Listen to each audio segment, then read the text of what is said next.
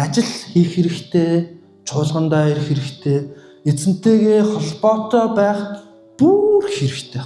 Мосос таныг бурхантай ойртоо сэрж угаасаа хүсдэггүй учраас таныг тэрүүний хилээд байгаа янз бүрийн залмихэр аврагдтал чи эзэнтэй штэ, чи тэдэн саяын өртөө үсттэй, чи тэрийнхээ төлөө зүтгэөөч гэд бид нүрийг боолчлоод бурхнаас нь холдуулцдаг байх.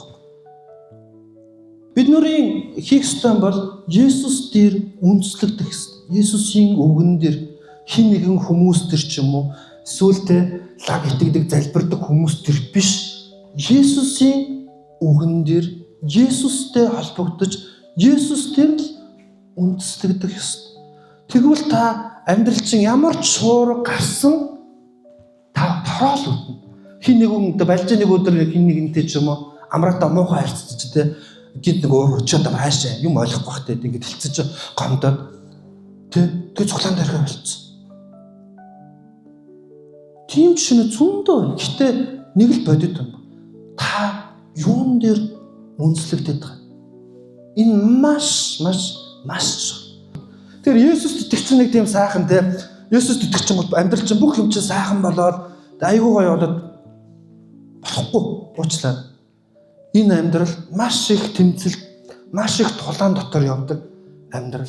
Өглөө болгон та тэгээ Бурхны үгийг уншаад, Бурхны үгийн дагуу амьдрах юм уу? Өөрийнхөө дур хүслийн дагуу амьдрах юм гэсэн шийдвэрт тас ирнэ. Тэгээд таны амьдралын тэр үндэс чинь Есүс дээр сойрлогдсон бол та Есүсээс л зурвал. Муу сонс бид нүрийг Бурхны өргөөнд үйлчлэхэд, Бурхны үгийг сонсоход, үгийг судлахад ийм мэдчлэн аргаар саад болж. Таны амьдрал ч гэсэн та бодож үзэр танд ямар саад вэ? Яг та нэг Библи унших гээд ирсэн чинь гар утас чинь дуурал, Facebook руу чинь юм орж ирээл, Библи унших гэсэн чинь янз бүрийн ингэдэг юм тохиолдож харин үгийг сонсоод хэрэгжүүлэгч болцгоо. Бид нар үгийг сонсоод хэрэгжүүлэх үед биднээс үр жимс гарч ирнэ. Ямар ч боломжгүй юу ч ингэж байхгүй тэр нөхцөл байдалд та дуулууртайгаар Бурхны үгийг хэрэгжүүлэх юм бол таны амьдралд та нүд үзээгүй, чиг сонсоогүй гайхалтай ажлуудыг та өөрөө харах бол. Амен. Тэг Бурхан танд харуулна. Тэг зүгээр л нэг уншаад байвал тэг хийж уншиж ингэж чадантай зарим ч уншдгүй л дээ. Тэг уншаад энэ дотор юу болоод байгаа юм? Би яг эндээс юу өөрчлөх юм? Ямар хэрэгжүүлэлт гарах вэ гэдгийг та бодох хэрэгтэй. Та бол яг сайн хүрсэн төр суулгагдсан үр жимстэй тэр сахалгаар мод болж би таны өсөөрөө хамтдаа бас өсцгөөе гэж би та нарыг уриалмаар. Тэр ахаад хэлье. Зөндөө саад бэрхшээлүүд бидний амьдралд тулгарн байгаа зөндөө байгаа.